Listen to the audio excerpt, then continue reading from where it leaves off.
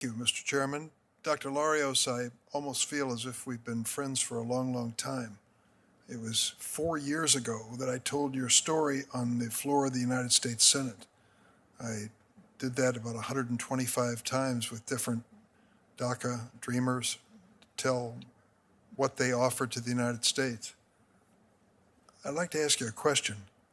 Worst case scenario, no citizenship.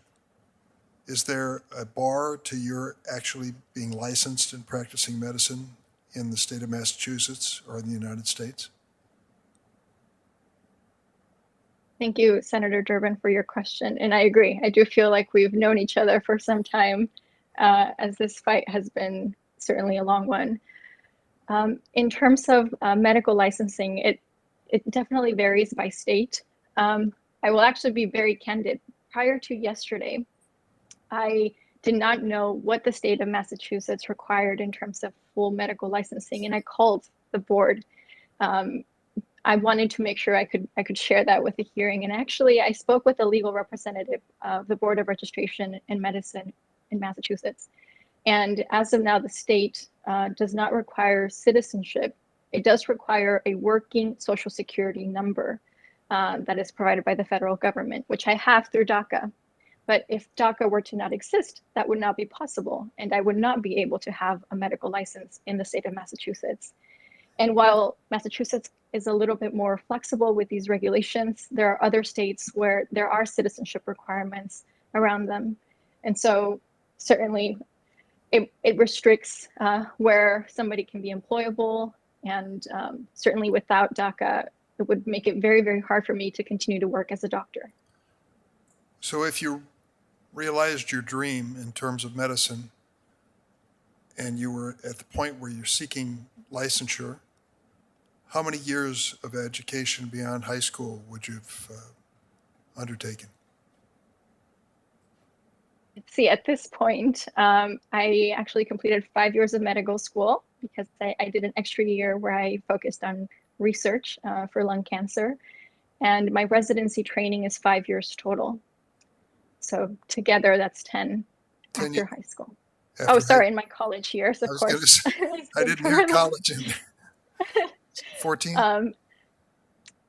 So if you add college, yes, 14. Correct. So if we don't do something to keep DACA in business or to find another solution, you could have 14 years of medical education and a position where in many places you couldn't be licensed to be a doctor. Is that correct? Correct. What a waste. And usually, Mr. Chairman, this is our illustration of what a crazy set of laws we have in immigration in America. That a person could have lived here so many years in their lives and done such great things and offer such great promise to our country, and we don't give them any avenue to follow forward from there. I'd like to say, put in a word for, we have some remarkable people here today, but I'd like to put in a word for those who may not qualify for that category so easily. There are many immigrants who come to this country without a college degree or the likelihood that they'll earn one. We still need them.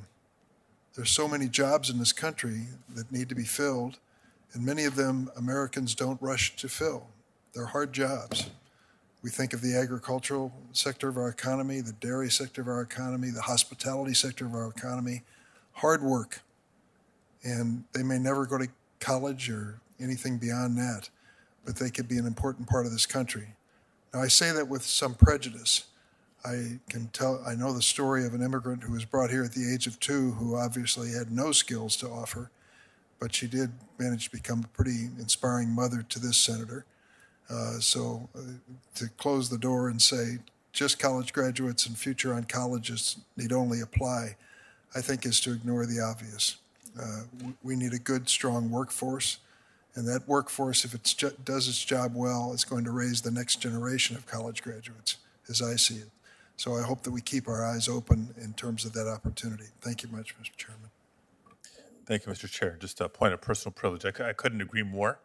I know the focus of today's hearing is the focus of today's hearing, but as I've learned to be the first United States Senator to not just visit, but work an entire day alongside farm workers.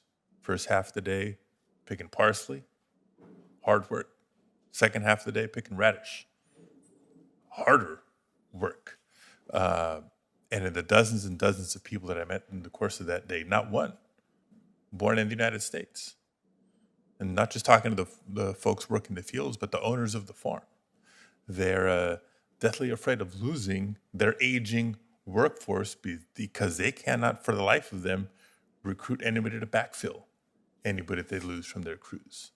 So yes, we need immigrants in all sectors of the economy. Now turn to Senator